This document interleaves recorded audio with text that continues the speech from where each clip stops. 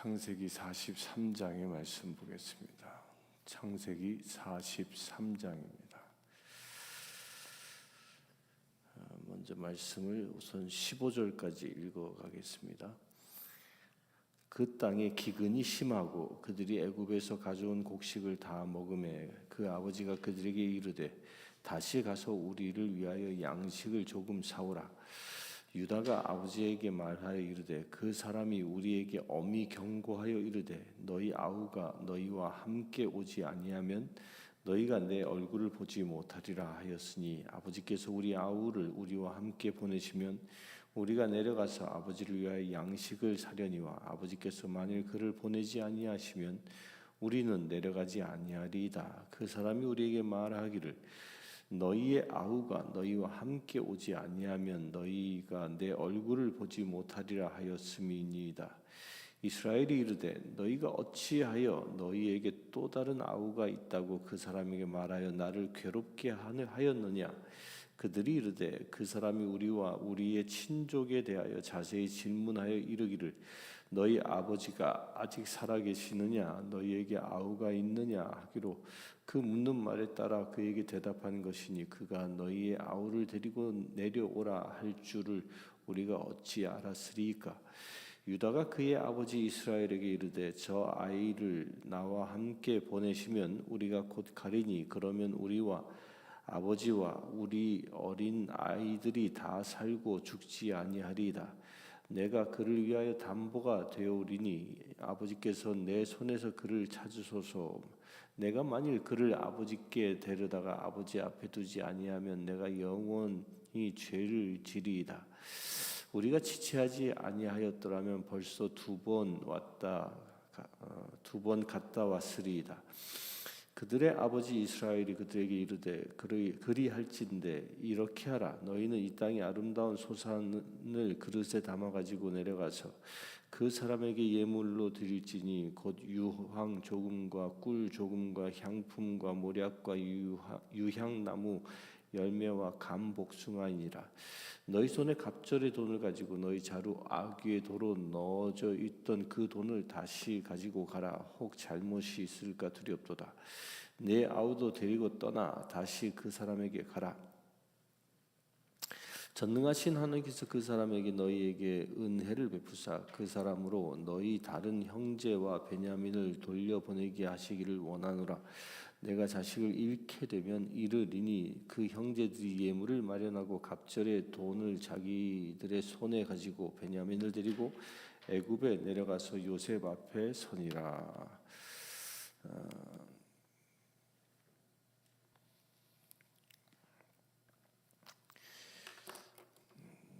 지금 이 창세기를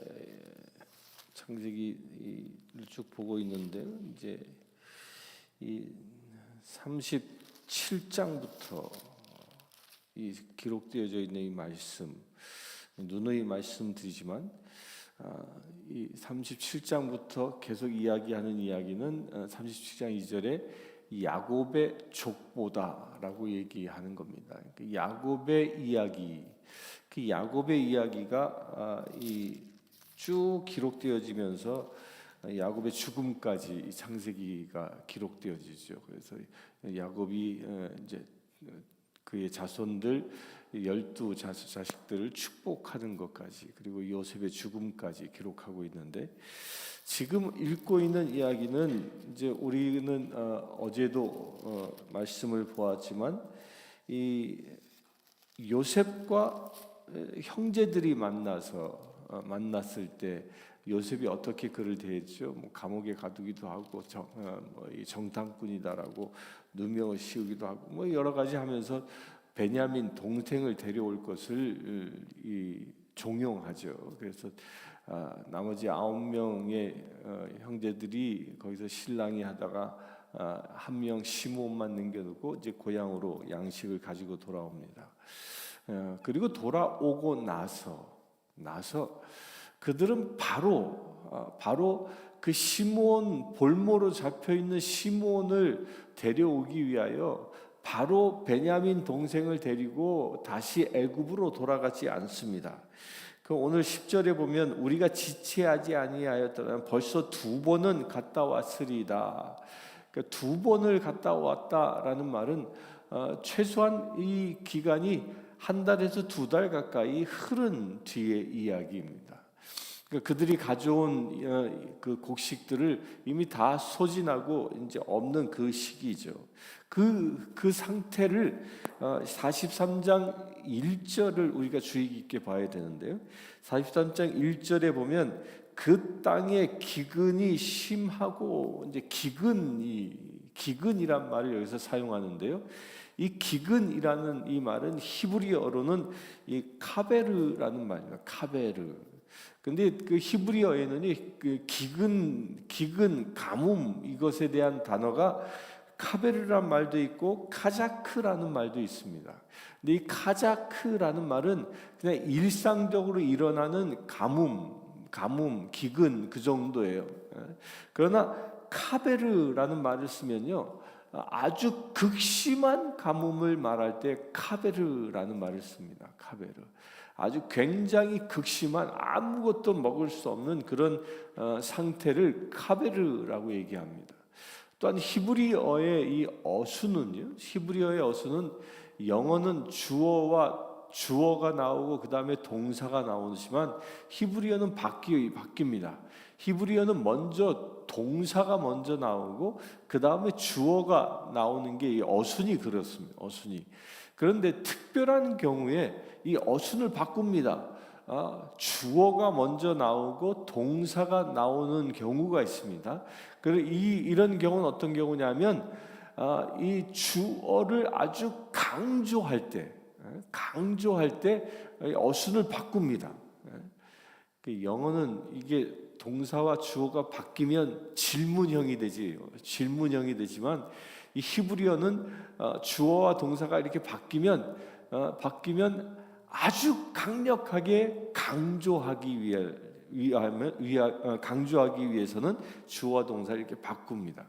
그래서 주어가 먼저 나오고 동사가 나오는데 이 주어가 뭡니까? 기근, 곧 카베르라는 말을 아주 강조하고 있는 겁니다. 그러면 왜 이 43장 1절을 시작하면서 이 기근을 그렇게 강조할까? 우리 여기에 주안점을 두고 봐야 하는 것입니다. 왜 성경은 이 기근을 강조하고 있을까? 물론 애굽 바로 왕을 통하여 꿈을 주었고 그 꿈에 그 7년의 대기근을 강조하는 것일 수 있지만요, 여기서는 야곱의 이야기를 통하여 기근이 강조된다는 말은 뭘 얘기하냐면 야곱이 가지고 있었던 것을, 야곱의 변화를 위하여 하나님께서는 기근을 사용하고 계시다라는 겁니다. 다시 얘기하면 이런 것입니다. 이 창세기의 후반부는 야곱의 족보인데 그 야곱이 어떻게 변화되어지는가, 그 변화되어지는 데 있어서 하나님은 무엇을 사용하는가를 강조하고 있는 겁니다. 곧 야곱의 변화를 위하여 하나님은 엄청나게 극심한 기근을 사용하고 있다라는 겁니다. 그렇다면 야곱의 어떤 부분의 변화를 말하는 겁니까? 오늘 말씀에서도 보면 이제 양식이 떨어지자 야곱이 그때서야 이제 그 아들들한테 양식을 좀 사와라, 이제 먹을 것이 다 떨어졌다, 이제 그 이야기를 합니다. 그들의 가족은 약 70명의 가족들이었는데 그들이 다 굶어 죽게 생겼습니다. 또한 가족들 뿐입니까? 이 가축들도 먹을 것이 없는 아주 극심한 가뭄 속에 있었으니까 이제 다 굶어 죽게 생긴 것이죠.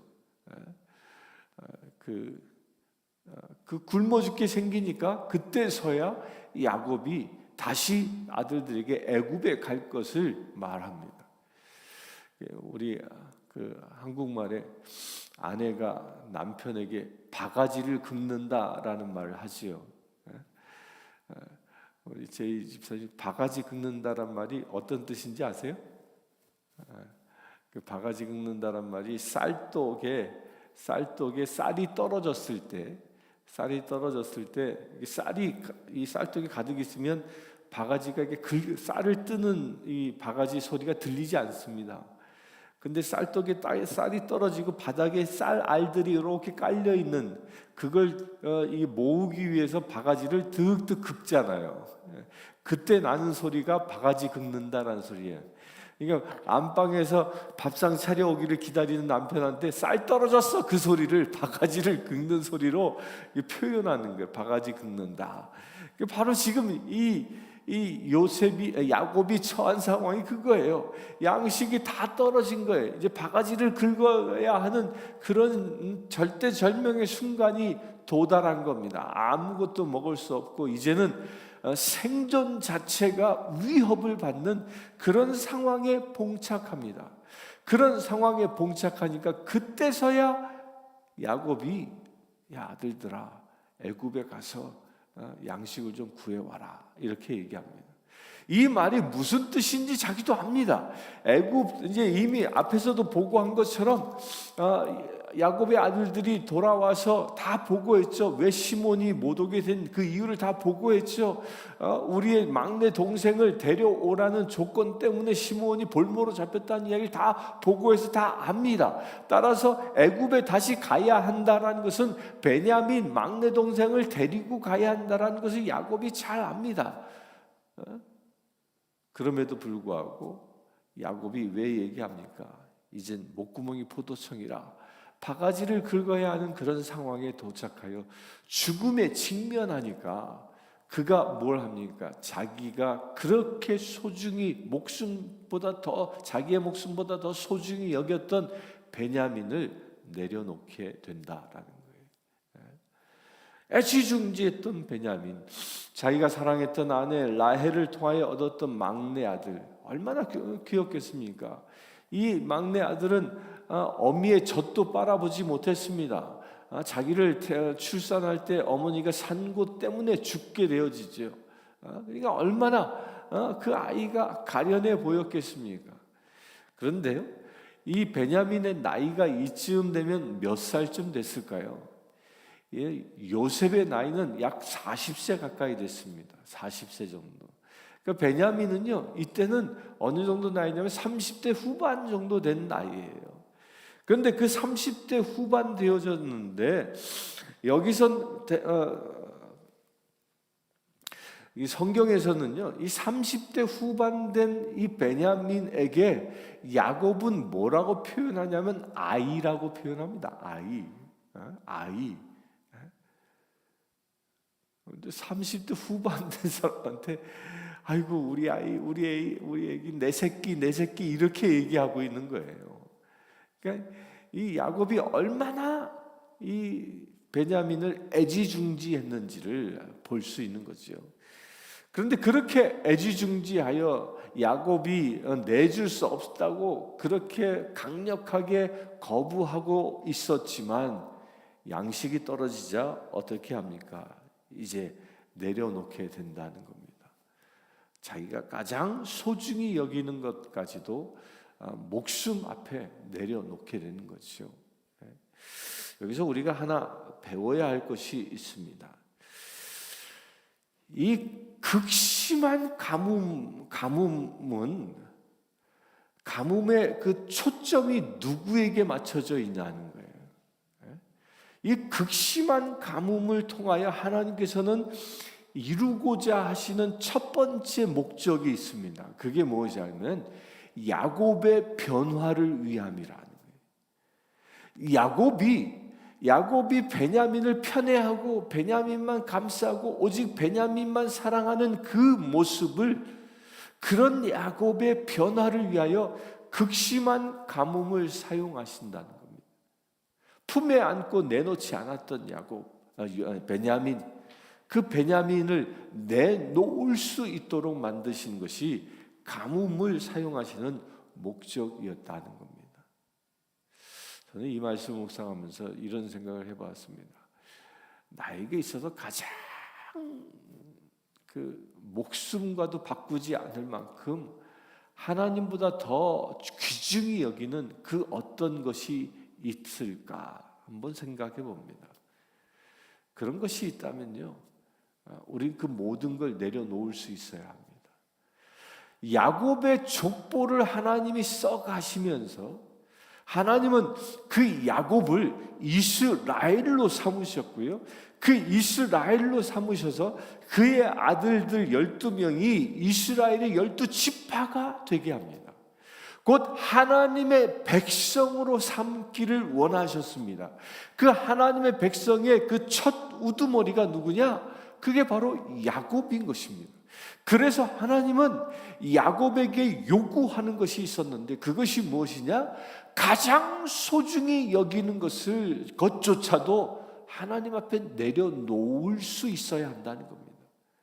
아브라함에게 있어서 가장 소중한 것이 무엇이었습니까? 그것은 이삭이었습니다. 하나님께서는 그 이삭을 제물로 바치라 말씀하셨지요. 그것을 아브라함이 그 하나님의 말씀을 실행하니까 하나님께서 그의 믿음을 보시고 그에게 엄청난 축복을 주셨지요. 곧 하나님보다 더 소중히 여기는 그 어떤 것도 하나님은 당신이 사랑하는 사람에게는 용납하지 않는다는 거예요. 다시 얘기하면 하나님의 민족, 하나님의 백성된 그 조상의 그 첫사람 된 사람에게는 하나님보다 우선시할 수 있는 그 어떤 것도 허용하지 않는다는 거예요. 야곱이 하나님보다 베냐민을 더 애지중지했던 거예요. 왜 이런 기근이 일어나는지에 대하여 야곱은 단 한 번도 기도하지 않았습니다. 오늘 말씀을 쭉 보면요, 기근이 들었네, 먹을 것이 없네, 소문을 들으니까 애굽에 양식이 있다네, 가서 좀 사와라, 그 정도였지. 왜 이런 가뭄이 일어나는지 하나님께 묻지 않고 그냥 오직 베냐민 품에 안고 그냥 30대 후반이 가까이 되어진 그 아들을 붙잡고 내 아이 그냥, 이거 한국말로 뭐 쭉쭉 빨고 산다 그러죠.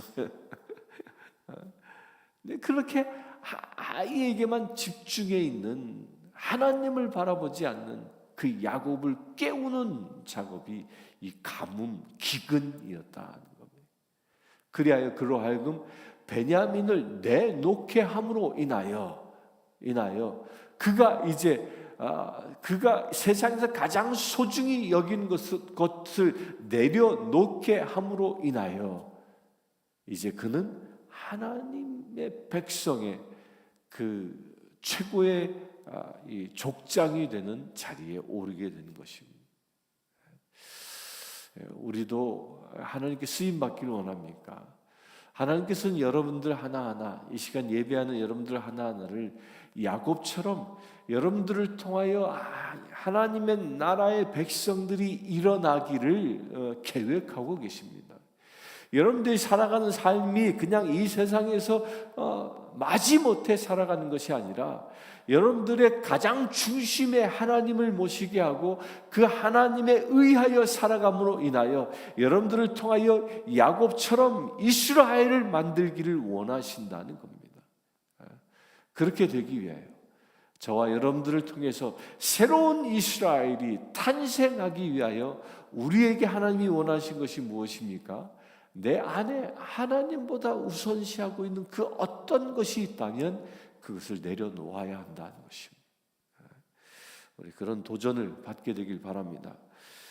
그래서 13절에 내 아우도 데리고 떠나 다시 그 사람에게 가라. 드디어 야곱이 자기의 가장 소중한 것을 내려놓습니다. 이것은 마치 무엇과 같다고요? 아브라함이 이삭을 제단에 바치는 행위와 같은 모습입니다.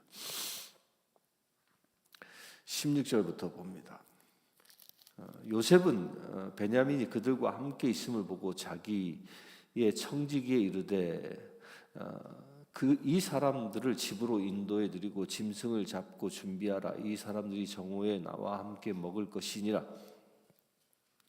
청지기가 요셉의 명대로 하여 그 사람들을 요셉의 집으로 인도하니 그 사람들이 요셉의 집으로 인도됨에 두려워하여 이르되 전번에 우리 자루에 들어있던 돈의 일로 우리가 끌려가는도다.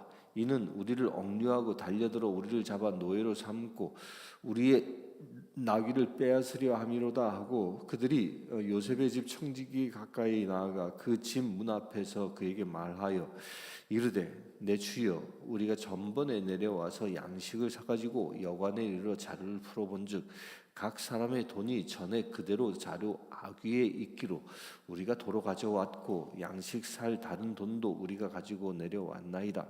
우리의 돈을 우리 자루에 넣은 자는 누구인지 우리가 알지 못하나이다. 그가 이르되 너희는 안심하라 두려워하지 말라. 너희 하나님 너희 아버지의 하나님이 재물을 너희 자루에 넣어 너희에게 주신 것이니라. 너희 돈은 내가 이미 받았느니라 하고 시므온을 그들에게로 이끌어내고 그들을 요셉의 집으로 인도하고 물을 주어 발을 씻게 하며 그들의 나귀에게 먹이를 주더라. 그들이 거기서 음식을 먹겠다 함을 들었으므로 예물을 정돈하고 요셉이 정오에 오기를 기다리더니 요셉이 집으로 오매 그들이 집으로 들어가서 예물을 그에게 드리고 땅에 엎드려 절하니 요셉이 그들의 안부를 물으며 이르되 너희 아버지 너희가 말하던 그 노인이 안녕하시냐 아직도 생존해 계시느냐. 그들이 대답하되 주의 종 우리 아버지가 평안하고 지금까지 생존하였나이다 하고 머리를 숙여 절하더라.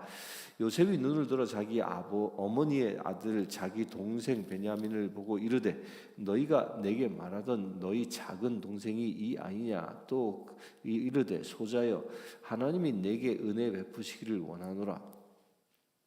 요셉이 아우를 사랑하는 마음이 복받쳐 급히 울 곳을 찾아 안방으로 들어가서 울고 얼굴을 씻고 나와서 그 정을 억제하고 음식을 차리라 하며 그들이 요셉에게 따로 차리고 그 형제들에게 따로 차리고 그와 함께 먹는 애굽 사람에게도 따로 차리니 애굽 사람은 히브리 사람과 같이 먹으면 부정을 입었음이라. 그들이 요셉 앞에 앉되 그들이 나이에 따라 앉히게 되니 그들이 서로 이상하게 여겼더라. 요셉이 자기 음식을 그들에게 주되 베냐민에게는 다른 사람보다 5배나 주며 그들이 마시며 요셉과 함께 즐거워하였더라. 이 말씀은 이제 요셉이 드디어 베냐민을 만납니다. 베냐민을 만나 그 기쁨으로 자기 집에 초대해서 이제 잔치를 베풀게 되는 이야기까지입니다. 여기서 이 말씀에서 우리가 주의 깊게 봐야 할 것은요. 이 말씀을 통해서 요셉에게 주신 그 꿈이 뭐였습니까? 곡식단이 형제들이 묶은 곡식단이 요셉이 묶은 곡식단 앞에 절하는 꿈을 꾸었죠. 그 첫 번째 꿈의 성취가 이루어지는 장이 방금 읽은 말씀입니다. 그래서 28절에 보면 이렇게 기록하고 있습니다. 그들이 대답하여 주의 종 우리 아버지가 평안하고 지금까지 생존하고 머리 숙여 절하더라. 누가 절했습니까?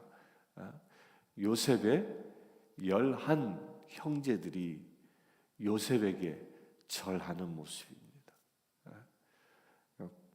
그 하나님이 주신 꿈의 성취, 이것이 이루어지는 날입니다.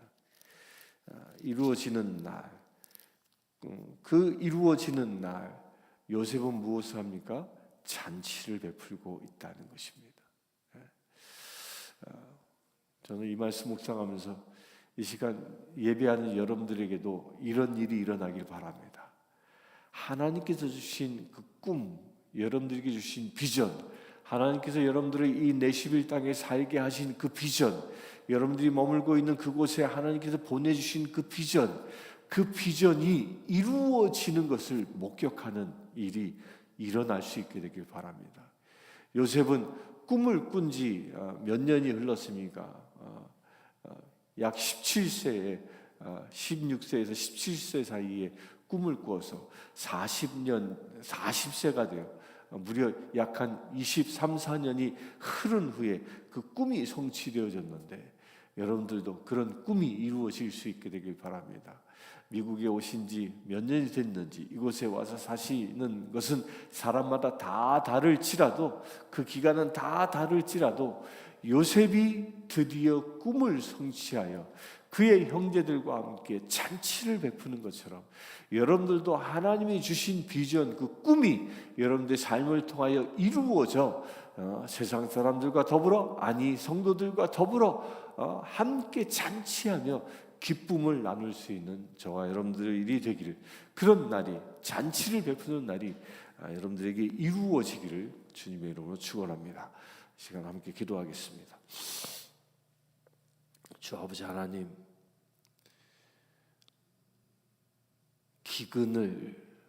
극심한 기근을 통하여 하나님께서는 야곱의 변화를 계획하셨습니다. 야곱의 변화를 통하여 하나님께서는 야곱을 이스라엘 삼으시고 하나님의 백성의 첫 수장되어지는 놀라운 은혜를 계획하셨습니다. 아버지 하나님, 우리의 삶 속에 혹여 야곱처럼 내려놓지 못하는 베냐민과 같은 것이 있습니까? 하나님보다 더 귀하게 여기려 하는 베냐민과 같은 것이 내 안에 있습니까? 그 모든 것들을 이 시간 내려놓기를 원합니다. 오직 나의 가장 중심에는 하나님만, 예수님만, 성령님만 섬기기를 원합니다. 그 어떤 것도 나의 중심에 용납하지 않기를 결단합니다. 주님, 이 시간 기도하는 모든 심령들, 그리하여 온전히 이 야곱처럼 쓰임받게 하여 주시옵소서. 이 땅에 온전히 이스라엘 되게 하여 주시옵소서. 하나님의 나라를 건설하는데, 주의 거룩한 백성들을 일으키는데 온전히 쓰임받는 주의 거룩한 제들 되게 하여 주시옵소서. 우리 주 예수 그리스도의 이름으로 기도드리옵나이다. 아멘. 이 시간 우리 교회에 특별히 10월 30일 이번 주일 오후 4시부터 있을 장로 장립식을 위하여 기도하기를 원합니다. 주님의 은혜 가운데 이루어질 수 있도록, 오직 성령으로 충만한 거룩한 시간 되어질 수 있도록, 새롭게 세워지는 장로들에게 성령 충만함이 일어날 수 있도록, 그래야 야곱처럼 변화된 주의 사람이 세워질 수 있도록 이 시간 함께 기도합시다. 주 아버지 하나님, 10월 30일 있을 장로 장립식을 위하여 이 시간 기도하기를 원합니다.